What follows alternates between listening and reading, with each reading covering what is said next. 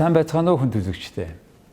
Өнөөдөр манай дефакто нэвтрүүлгийн зочноор улсын их хурлын 3 удаагийн гишүүн асан Монгол улсын гавьяат эдийн засагч Бридж корпорацийн ТУЗ-ийн дарга ноён Даваажавын Gankhuyag оролцож байна. Даваажавын Gankhuyag Бридж корпорацийн төлөөлөн удирдах зөвлөлийн дарга.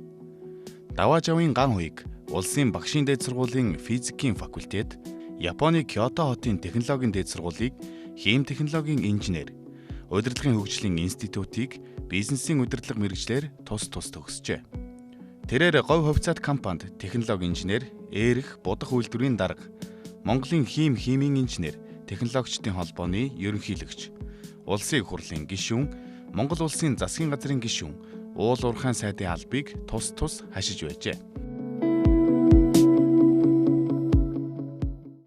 За сайн байна уу та? Сайн байна уу? Сайхан сонсож байна уу? Сайхан. Та өнөөдөр бид нийт улс орны хөгжлийн одоогийн бас эдийн төлөвийн тухай хэдэн үг салмаар байна. Юуны өмнө эдийн засгийн бодлогын тухай ярилцъя. Та 3 удаа их хурлд сонгогдсон. Мөн нэлээд олон залуучууд түүний дотор тавар Японд боловсрол эзэмшсэн олон орнд сурж ирсэн. Тэгэхээр бас тийм Монголоо шинэчилье гэсэн төрийн бас байгууллага ажиллаулаад нэлээд хэдэн жил болж байгаа юм байна лээ. Энэ үндслэл дээр тулгуурлаад хоёлаа. Ер нь энэ хөгжлийн бодлого ер нь юу болж байна, юу болохгүй байна гэдэг талаас нь ярил зүг болов. Тантай санал нэг байна. Тийм Монголоо шинэчилье хөлөө бол за одоо манайхан ч мэдж байгаа think tank хөгжлийн бодлого, эдийн засаг, нийгмийн асуудал, хүний эрх, хэрэгчлөөний асуудал гэдэг энэ чиглэлд судалгаа хийдэг ийм нэгэн төрлийн бус байгууллага. Тэгээд ер нь одоо альва шийдвэр энэ мэдээллийн зуунд, энэ хурцтай хөгжиж байгаа зуунд судалгаал байхгүй бол зөв шийдвэр гарна гэхэд бас хэцүү болсон үе байна гэж ингэж ойлгож байна. Тийм. Тэгээд яг Монголоо шинэчлэх хөл болон асуудал бас олж тавьж ийсэн. Сүүлийн 2 жилийн хугацаанд бол нэг Монгол улсынхаа эдийн засаг, нийгмийн одоо нэг 10 жилийн яг үзүүлэлтэн дээр суйрлаад судалгаа хийгээд за мөн тэгээд мэдээж орнууд энэ дэлхий дээр юу болж байна, Азид юу болж байна гэдгийг судлаад тэгээд нэгэн зорилт гаргаж тавьсан. Тэр нь бол ер нь Монгол хүний бодит орлогыг таавал эдийн засагч учраас бодит орлого гэдэг үгэнд их ач холбогдол байдаг тийм ээ. За 2 дахин нэмэгдүүлэх боломж байна. Энэ 2 дахин нэмэгдснээр бол Монгол хүний орлого дэлхийн дундчд очих юм аа. Ойролцоогоор нэг $10,000 очих юм аа. За ингэснээр монголчууд бидний амжиргааны чанар бол олон улсын түвшинд очих юм аа гэсэн ийм одоо зорилтыг судалгаанд үндэслэж гаргаж ирсэн байгаа. Тэгээд энэ дээр гол зарчим нь бол ерөөсөө уг нь бол манай үндсэн хөлч тийм юм.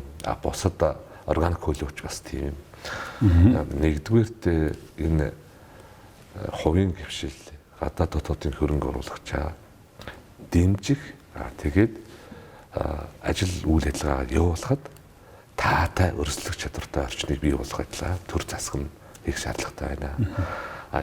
Өөрөөр хэлбэл энд бол төрийн оролцоо бүх салбарт хэтэрхий их байна. Одооны байдлаар 36.5% байна эдийн засгт оролцоо.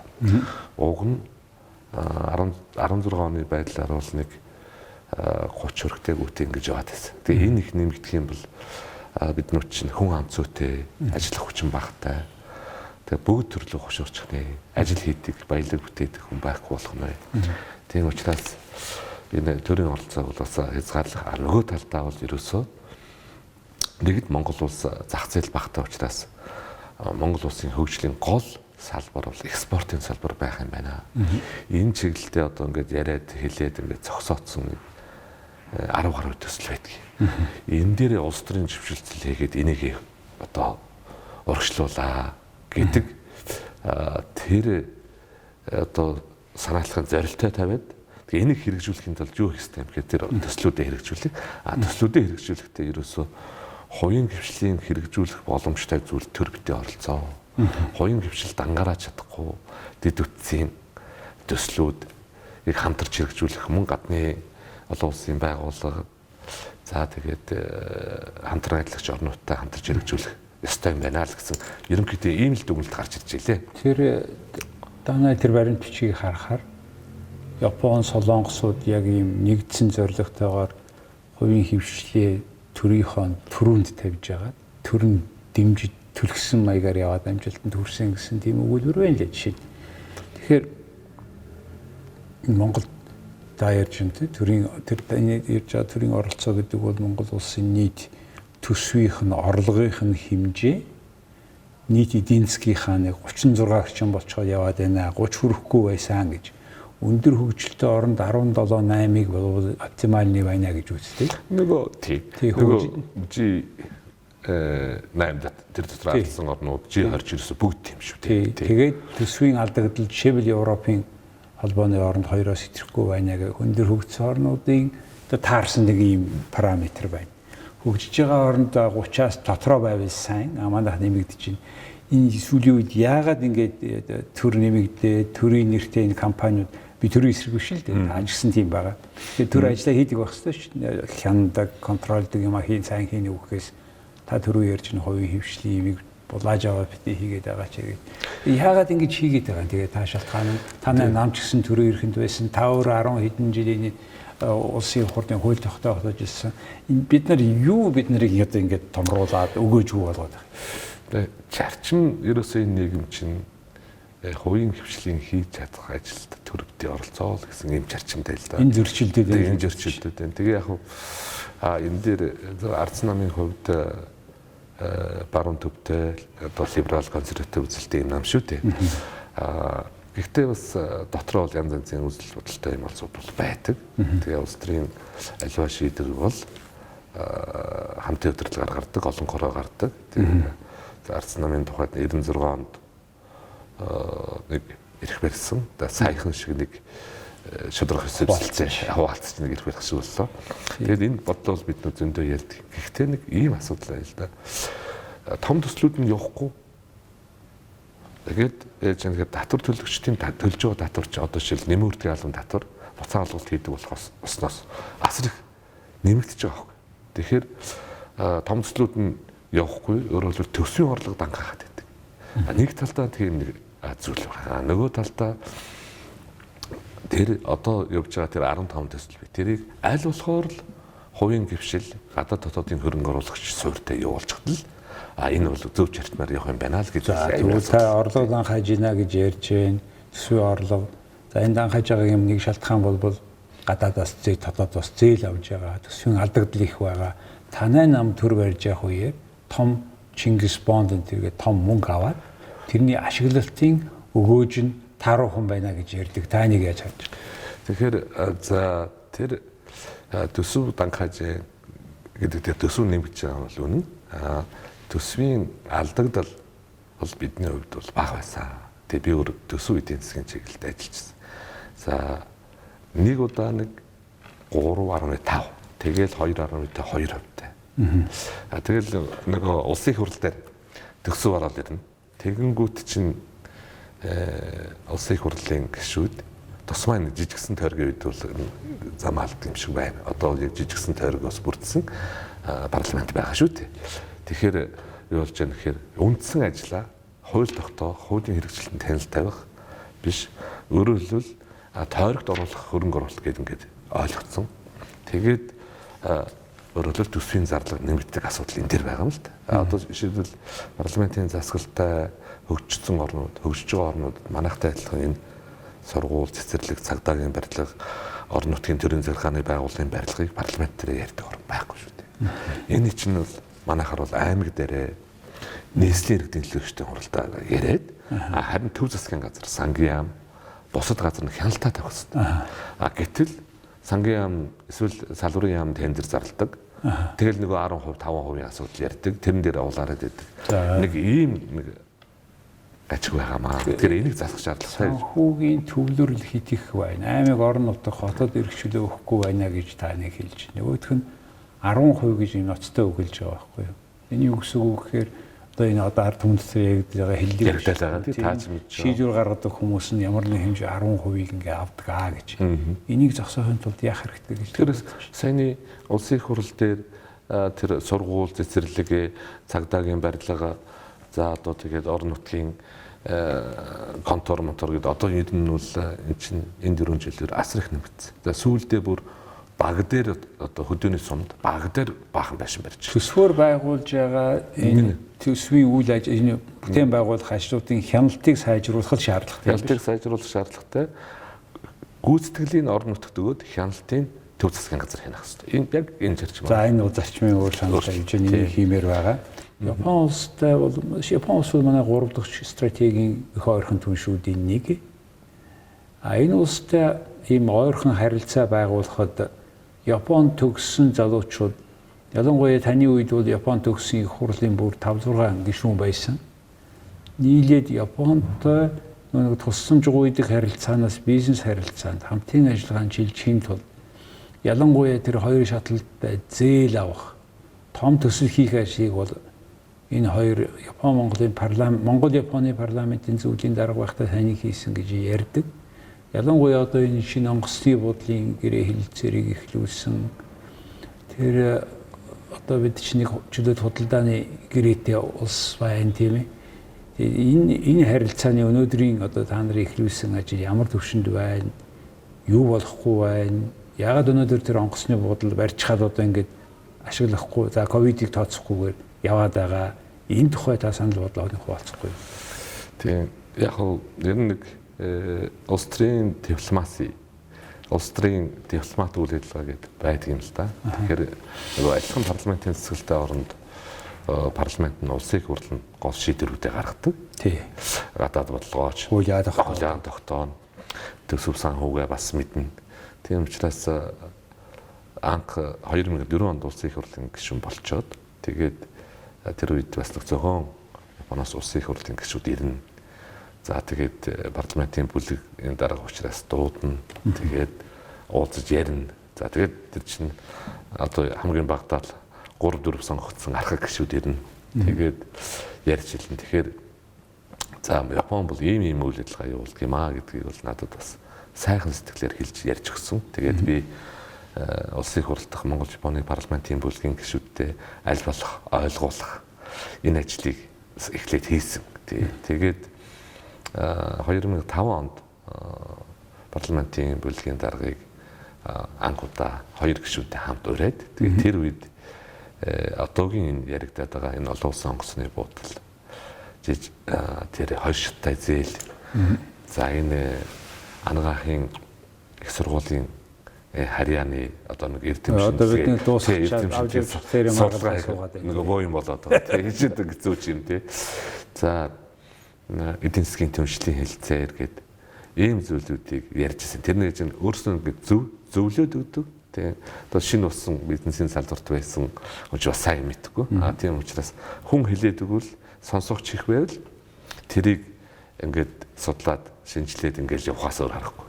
Нөгөө талаас та Монгол улс Япон хоёрын хооронд эдийн засгийн ажиллагаа дөнгөж эхлээд говь гэж үйлдвэрийг Япон байгуулад Монгол хүүхдүүд бэлдэнгээд ялангуяа тийм хөдөөдөн сургууль төгссөн сайн сурсан хүүхдүүдийг сонгож авч ирснийг би санаж байгаа юм л да бидний залуу байхад. Тэгээд та тэр ихний группүүдийнх нь нэг говьдий буцаж ирээд ажиллаж исэн инженер. Тэгэхээр тэр сэтгэлгээ бас энд нөлөөлсөн байх ялангуяа юм тодорхой объект барина гэж бодоход тэгээд онгоцны буудал барих санаа төрөөд өнөөдөр ингээ барьчлаа шүү дээ. Тэгээд одоо 15 жилийн дараа. Тэгээд зээл авсан 10 жилийн хугацаанд дууссан, зээлийн төлөөд эхэлсэн, төсөл дуустгүй. Одоо гэдэг хамгийн гол нь ер нь бол 16 онд одоо үйл ажиллагааны эхлүүлэхээр л байсан. Гэхдээ одоо манайхан л болсон байна. Тэр нөгөө хурдны замаа нэг бол Японоор хийлгэн, нэг бол хятадаар хийлгэн, нэг бол солонгосоор хийлгэн гээл ингээл хугацаа алж жишээ сонирхол хэлчихлээ. Аль нэг шийдвэр гаргадаг хүмүүс. Тэгэл уг нь бол тэр чинь тийм хөнгөлөлтөй зээлээр онгоцны буудал бариад өгж явахад ижүүд нэр нь шийдэл тэр нүүрсээр нүүрс аваад энэ сайхан зам тавиад гэж яхад хийчих хэвээр юм. Ингээл өөр болгоол ингээл хугацаа алдаад 4 жил алдсан байгаа байхгүй. За мөн одоо яг энэ логик орч монголчууд ингэж тодорхой ингэж ажил явуулахгүй төр засгийн солиулаад байгаагаас үүдээд Японы томоохон компаниуд Монголд орж ирээд жишээлбэл тэр Sojitz гэдэг компани 92-3 онд л орж ирсэн. Ничимэн гэсэн нэртэйгээр. Тэгэл 5 дугаар цахилгаан станц барина гээл баахан ярьж одоо барьлаа, одоо өглөө барьлаа гэсээр байгаа хуураад тэг нөгөө компани ч өнөөдөр буцаагаад гарч ирсэн Монголоос. Японы компани буцаж гарч энэ одоо арай харамсалтай биш шүү. Тийм. Тэгээ яг олон улсын онгоцны буудлын дээр нэг орчоод тэгээ Sojitz руу орё л да. Яг олон улсын онгоцны буудлын энд бас бид бас өвгдөөцөөс заяасан өргөн удам нутагтай. Тэгээд энэ агарын хил нь яг Аз Европын тэг дунд байгаа. Тий. Аз Америкийн гэж байгаа шүү. Аз бас хойд Америк хоёр тишээ байж байгаа тийм. Тэгээд одоо ч ерөөсөө хамгийн хурдтай нэмэгдэж байгаа нэг салбар бол энэ иргэний агарын тээвэр. Ялангуяа ковидээс болоод ачаал их явна ш хүнээсээ илүү. Дээр нь та одоо сайн анзаарч байгаа. Дээрээс л та бол Монголын эл эцгэтэн хүн. Юу болж байгаа гэхээр энэ онлайн худалдаа гэдэг чинь ерөөсөө хэл хязгааргүй болж байна. Асар их нэмэгдэж байна. Одоо энэ хүүхдүүд чинь ингээд цагаалж талах юм тий. Тэгэл ингээл хүрээд ирэх юм. Ханаас бүүмэд тэгэл хүрээд ирэх хэд хоногийн дараа ирэх юм гэхээр 14 хоногийн дараа ирэх гэхээр тэгэхээр энэ бол энэ коронавигийн дараагийн эдийн засагт энэ бол өшөөлөн хурдтай өгч юм салбар болчихлоо. Тэгэхээр энэ онгоцны буудлын дээр чөлөө төс байгуулах. За бүр цаашлбал анхны одоо эдийн өндөр довд Японы 3 ерөнхий сайд байсан хүн тэгээ нэг 40 хүмүүсийн групп ирсэн. Тэгээ би шинэ гишүүн чинь тосч аваад дагаал туuna. Тэгэл нэг 2005-6 онд тэгээд л орой хоол идэн тэгэл нэг харин та ерөнхийдөө мэднэ Япончуудын тий тэр хүнийг хүндэтгэж хүндлүүлдэг гэдэг. Тэгээд тэр хоолны үеэр хамаг яриа ярина. Тэгэл янз янзын юм ярина. Тэгээд яасан чинь за ер нь бол энэ онгоцны буудлаар шил танад бол асар их боломж байна. Ингээд агарын хил нь ийм сайхан байршилтай юм байна. Нөгөө талаас жишээлбэл Монголын энэ нүүдлийн мал аж ахуйн энэ малын гаралтай хүнс чинь бол үнэхээр органик. Тийм учраас жишээлбэл нүүбийн одоо жишээлбэл аюулгүй байдлын хүнсний агуулгач юм уу ийм агуулга яагаад болж болдог. Жишээлбэл Боингийн эсвэл Airbus-ийн засварын газар яагаад байж болдог. Тэгэхээр энэ бол үнэхээр Азийн зангилаа буудал болчих ийм боломжтой. Хоёрт нь танай орн бол энэ дэлхий яг хүн амаар нь биш дэлхийн улс орнуудын тоогоор авч үзэх юм бол яг нөгөө хуулийг дээдэлдэг зах зээлийн эдийн засгтай ийм орн учраас бол танайд бол нээлттэй байх боломжтой юм а гэдэг зүйл ярьж ирсэн. Тэгээд одоо ч гэсэн одоо тэр бол бас нэг утгаараа мөрөөдөл юм да. Тэгээд хийх боломжтой юм биш үү? Онгоцны буудлын ашиглалтанд ормогс энийг ачааны том зангилаа болгоё гэж байна тийм ээ. Ачааныхтай дотроосоо гарах зүйл бол нүүбийн хэмжээний нүүбийн тэр хүнсний нөөц гэдэг их чухал да. Их олон улсууд зовлон гайхамшиг тохиолдож байна. Хоолгүй одоо өмнөд Йемен байна жишээ. Тэг хүмүүс нь өсөж шít. Өдрийн хоол өсөж өгөж байна. Ийм нөхцөлд тодорхой хэмжээгээр олон улсын мөнгөөр байгуулсан, хадгалсан хүнсийг цагт нь хүргэх гээд томоохон бизнесийн боломжууд байгаа юм байна гэж та ярьж байна тийм ээ. Тэгээ энэ 12-оос 16 оны хооронд нэг хуулийг баахан үзчихээж батлуулсан бас жаахан унчих гэж болдгоо. Гэхдээ энэ бол Арс намын бүлгээс санаалсан хууль. Тэгээд нэг аливаа чөлөө төсвийг явуулахдаа заавал төр оролцохгүй. Төр оролцохоор бол явдггүй тийм учраас дэлхийн тэр томчууд нь орж ирээд байгуулдаг. Төр тавьдаг хяналтаа л хуулийн хүрээнд тавьдаг. Тийм заалтыг чөлөө төсвийн тухай хуулиуд оруулсан. Тэгэхээр биднүүдэд за уурхайн салбар ингэж явна. Гэхдээ энэ уурхайн бус салбарыг дэмжихэд нөгөө сайлаа үрэлтгэр саваа бэлд гэдэг чинь энэ чөлөө төс байгуулад гадагш нь тээвэрлжих тээврийн одоо тэр боломж бүрдэнэ гэдэг чинь маш чухал юм аа. Тэгээ энэ бол үнэхээр энэ салбарыг хөгжүүлэхээс өөр аргагүй гэж ингэж тэгж харж энэ бодлыг за нөгөө талаас японочууд энд зээл гарч байна гэж зээл өгсөн ч ирээдүй байна гэж харсан. Тэр ойлгомжтой. За тэр Sojitz компани одоо яаж нэхэр том төслөж явахгүй болохоор л ингээл гарч байна шүү дээ. Тийм ээ. Тэгээд одоо юу болж байгаа нэхэр тэр цахилгаан станцын чинь манай засгийн газар дэх хэрэгцээ. За тэгээд бид нүггүй одоо наадгаа гаж доо гэтэрлээ. Юу л та. Тэгээд энэ хонхорт нэг газар сонгоод тэгээд л ингээд л явуулахар бол ингээд явчихсан. Тэгжэл мэдгүй улс төрийн асуудал үүснэ Алтайгийн засгийн газар огцорсон. Тэгэл нам чимэг болсон. Ер нь бол 5 дугаар цахилгаан станцын төсөл бол генесийн номонд орж байгаа гэж бодож байна. Ер нь оруулах хэрэгтэй.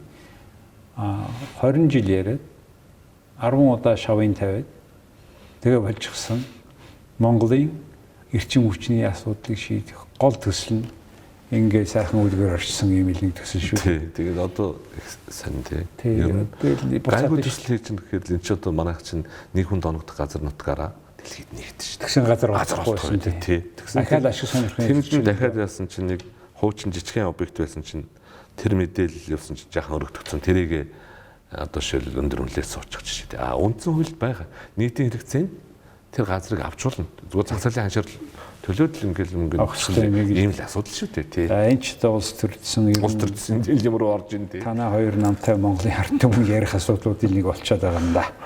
Та уул уурхайн яамны сайд байсан. Монгол улсын эдийн засгийн хамгийн гол хөдөлгөгч хүч уул уурхай болж ирсэн. Энэ зөвхөн энэ салбараас бид нар доллартай болсон. Цаашдаа ч нэг хэсэг нэггээр явна. Энэний өгөөжийг иргэдэд хүргэх тухай яриа баахан явж байгаад 1072% цаа гэж гарч ирсэн. Энийхэн төвийг ярьж өгөөч яаж энэ гарсан. Тэгээ хизээ энийхээ өршмийг ард түмэн авна гэж нагадж байгаа. Тэ ер нь уурхайн салбарын эргэцийн орчин доктортой байх, ойлгомжтой байх чухал. Энэ эргэцийн орчныг бол миний үед бий болсон гэдгийг би нэгдүгээр тэмдэглээд хэлчихад. За хоёрт нь 1072 хувьцааны түүх их сайн түүх байдаг юм аа. Тэгээ энэ бол би бол яаж яах гэхээр энэ иргэдэн улсын төсвийн хөрөнгөөр хайгуул хийсэн стратегийн ордтой хувь хувьцаа эзэмшээд ноогдол ашиг аавна гэдэг бол хамгийн зөв менежмент гэж ингэж бодож юм тэрч батлагдаж байгаа шиг байна. За 2008 онд та санаж байгаа нөгөө нэг сая төгрөг бэлнээр амлаад л. Тий. Сая 500 мянган төгрөгийн хувь хувьцаа амлаад л. За бижигнүүлж өгсөн тийм ээ. Тэгээд за тэгээд 8 онд Монгол ардын нам Монгол ардын хамсгалт нам байлууд ирүүлж нотонго болсон ардс нам цөнг болсон. Гэхдээ хамтар засгийн газар байгуулсан оюутлогын төсөл хөдөлсөн. За тэгээд бас нөгөө сая төгрөгөө өгөөд л сая төгрөгөөс өгөөд л ингэж явсан. Сая 500 мянган төгрөг бол тэр компани хувь хувьцаа учраас компаниас чинь хүн үйл ажиллагаа явуулж ийж зардал гаргаж ийж татвар төснийхөө дараас ашиг аавна. Тэгэхээр зөв амлага байсан маа гэдгийг амлалт байсан гэдгийг нь бол хэлэх байна. Тэгээд 11 оны сүүлчүүлээд 12 оны төсөв батлах болов юу засгийн газраас төсөв өргөн баригдсан. Тэгсэн чинь нөгөө нөхдөө чинь бид нөө сая төгрөгөө тавина гэдэг юм байна. Нөхдүүд минь одоо ингээд биднүүд нэг жаах юм олжод ингээд тавьчих юм бол өр зээлээс дийлдэхгүй шүү. Тийм учраас нийт одоо иргэдийнхаа 80% нь хувьцаагаа эзэмшүүлье. Тэгээд одоо энэ байгаа нь Эрдэнэс тавталгаа байна гэдэг яриа болдог. Гэсэн нөхдүүд 80 бол юу байна? Өндөр байна. Тэгээд бид одоо өшөөл сая төгрөг ардын намайг хэлж байна. Ардын намайг тий. Сая төгрөг өгмөр байна. Хоёр намаас ажлын хэсэг гарцсан л төсөв дээр ярилцж байгаа. Тэгээд юу яасан? 1072 хувьцаа гаргаад ихэнхт нь ард иргэдийн хувьцааг эзэмшүүлсэн. Гэхдээ л бас болж өгөөгүй. Тэр нь яаж юм тэгэхээр нөгөө мөнгө зээлээд баахан сая төгрөг тавьсан шүү дээ. Тэр нь яаж юм тэгэхээр нөгөө сая нэг зүтгэж төлдөг нөгөө чаалгогийн 370 сая доллар. 50 нэмэх нь 20. Дээр нь нөгөө оюутлогоогоос өөрчилж зээлдэг 250 сая доллар. За бас Эрдэнэтийн ноогдол ашигчлуу татварчлуу өөрчлөлт 200 сая доллар юм. Ингээд эн чинь 1.8 тэрбум доллар тараасан байхгүй. Тэгэхээр энэ яг зүгээр ингээд бодоод үзэхээр яг өдөрт энэ 1072 хувьцаа чинь бас ч гэж Монголын эдийн засгийг бүр сүрүүлэхээс арай бас нэг аварсан ийм хувьцаа юм байна. Тэгээ цаашид бол бид яаж юм гэхээр улсын төсвийн хөрөнгөөр хайгуулсан ордууд байна. Нөгөө яг одоо баахан очиж үздэг. Нөгөө баялагын сан. Та мэдж байгаа тийм.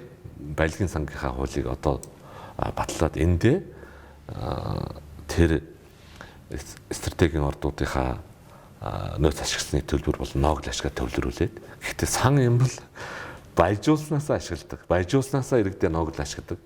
Аюутл ашигаа гэдэг энэ чиглэл рүү явуулах шаардлагатай. Гэхдээ сангийн менежментийг өнөөдрийнх шиг тэр өмчт компаниудын менежментээр явуулах юм бол тэр бол баг байгуулаагүй байсан дээр шиг болчиход байгаа байхгүй. Тэгээд өдий болтол байгуулахгүй байсны одоо гол цаад нууц нь одоо юу вэ? Энэ чинь юу байсан шүү дээ. Хоол бидний хүмүүс бушуух идэх гээд байгаа юм биш үү? Яарч идэх гээд байгаа юм биш үү? Нэг сан гэдэг чинь уг нь аривчаар хадгалах. Аривсан хэсгээс нь ашиглаж болно. Нөгөө суур юмаа бол ашиглахгүй гэдэг л тэгжэл сан гэжсэн үг байдаг тийм. Тэгээд яг энэ чинь яг нөгөө сая төгрөгөө тараахын тулд хүний хөгжил сангийн тухай хууль гэж батлаад 9 онд илүү 8 онд батлаад тий. Тэгээд нөгөө тэр бүрээ баахан тараасан шүү дээ. Тэрнийхээ дараа сая бид нүүд 12-оос 16 оны хооронд ирээдүйн өв сангийн тухай хууль гэж баталсан. Улсын их хурл. Тэн дээр бол маш ойлгомжтой заасан байна. За яг ноогдол ашигын тухайд бол тухайн компани бас хөрөнгө оруулалт шаардлагатна. Өөрөө тодорхой төвшин төрөөд энэ хүртэл шийдэж болно гэдэг. Тэгээд нөөц ашигтны төлбөрс ингэн гэдэг. Тэгсэн энэ 4 жилийн хугацаанд нөгөө ирээдүйн өв сан чинь байгуулагдсан. Сангийн яамны тэр гарментл байж штэ. Тэгээд энэ чин гэж явдаг байхгүй. Нөгөө төрийн бодлогын уламжлалт байдал гэдэг чинь байдаг. Ингээ ойлгочтой. Ийм л зөвлөл л доо. Ингээ харамсалтай энэ байгалийн сан, баялагын сан байгуулна гэж баахан ярьлаа. Юун сан байгуулах компанийн нэрээр зээл авчаад компани тэр компани зээл авсан байхгүй. Яг зээл авсан гэхээр өөрийгөө хөрөнгө оруулалтын ажлаа нэмэх гэж авсан зээлийг шал хамаагүй хүмүүст өгчхөө.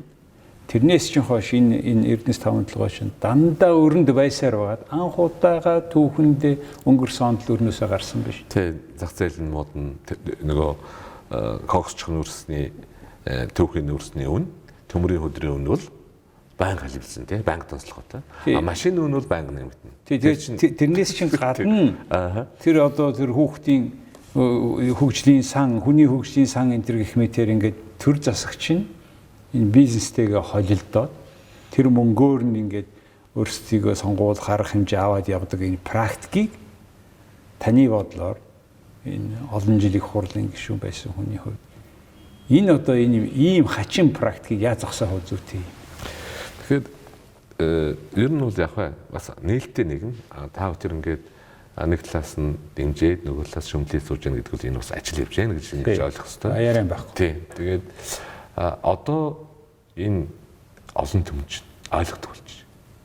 Гэхдээ одоо жишээлбэл 12-оос 16 оны хооронд мөнч амлсан тэмдэглэл байхгүй. Тэгэхээр за тэр амлсан юмд нь бол одоо хурдах байлаа. Харин ажил хийн гэдэг зүйл нь бол зөв юм байна гэдгийг ойлгож эхэлж байна гэж ойлгох. Тусмаа одоо дунж давхрах жижиг дунд үйлдвэр эрхлэгч өдөр шөнөгүй хичээ зүтгэж байгаа энэ усуд бол ойлгож байна. Тэгэхээр эдийн засгийг тэлнэ гэж засгийн газар ярих юм бол зөв юм байна.